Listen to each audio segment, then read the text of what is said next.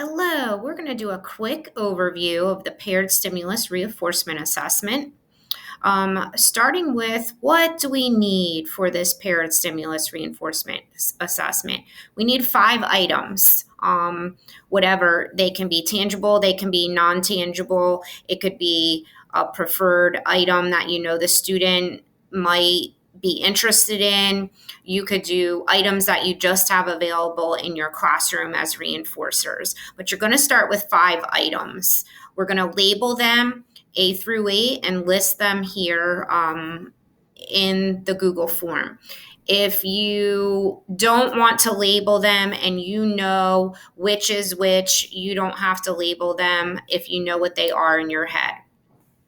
So then we're going to move on to the next part, and that's administering the assessment. So once you have your 5 items, you labeled them or not labeled them, and you would start giving those student the options, item A and item B, and see which item that they choose from the selection.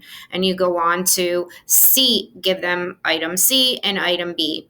And you always want to give them in the order in which they're listed. So if you would be facing the student and you would be one-on-one, A would be in your left hand, item A, and item B in your right hand. Always be consistent. If you want to do it backwards and do item A and item B in your left hand, that's fine, as long as you're always giving them in the order in which they're listed in the assessment.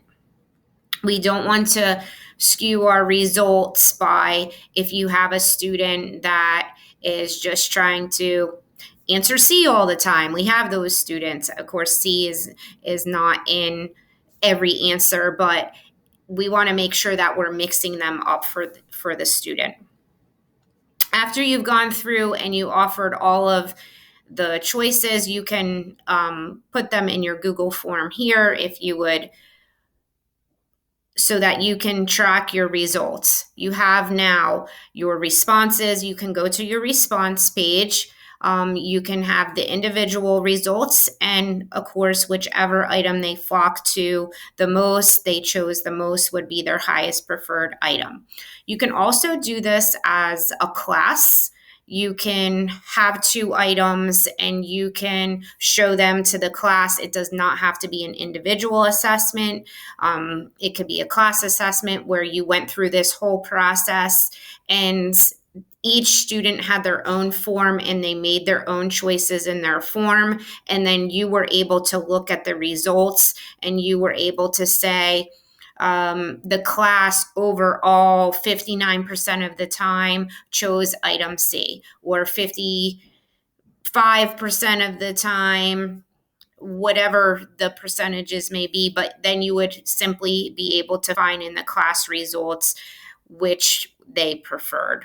So that's paired stimulus reinforcement. Pretty simple. It's just providing that student with a visual, because we know sometimes reading an item or reading an assessment can actually sway the results of it. And we want to make sure that our results are accurate. So providing them that visual and that consistency of the way you present the items will then make your results much more result driven.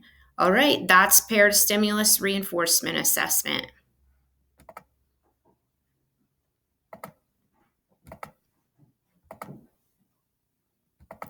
Ooh, getting it to stop. Sorry about that. Have a good day.